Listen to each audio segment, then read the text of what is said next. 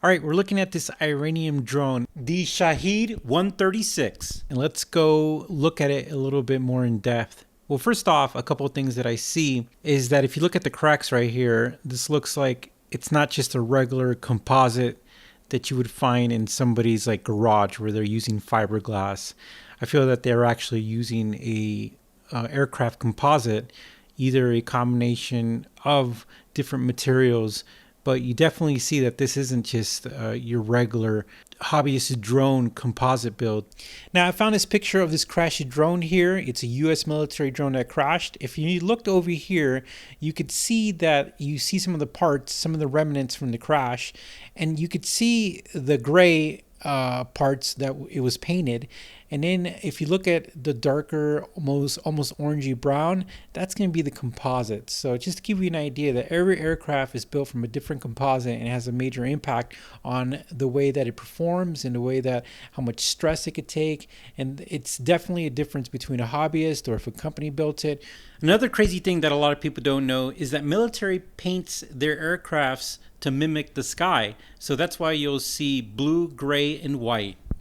Now, when we come over here, another thing that I noticed is if you look at this part right here, this was probably pre-made in a factory and also made to be more compact, because if you look at this wing right here, this wing disassembles, so you're missing one over here, and I'm assuming that that just makes some type of shipping or logistics easier. Probably the reason why too is because they're able to put the flight service wiring harnesses through here.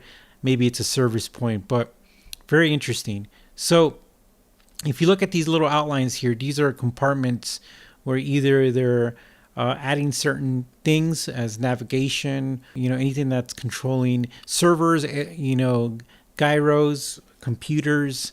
If you look right here, the only thing I can notice here is like you see a little bit of heat sinks, but then you see a regular PC fan. So they definitely are trying to cool something down here. Whenever we build a black box for the military, it's usually a private defense company, and it is very intense. All the black boxes look the same, but their design and their cooling and their connectors and everything, you could tell that it's definitely been intentionally designed for the aircraft to a certain spec.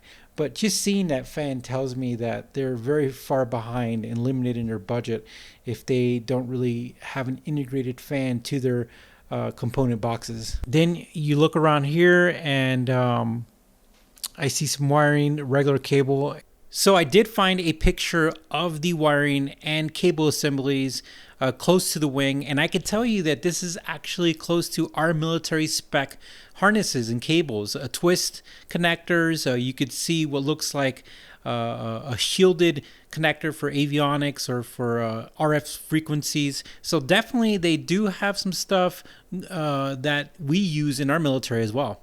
But one of the insane things I see here, and the reason why I know this is this looks to be a rotary engine, which the UAV that I worked on had a rotary engine itself.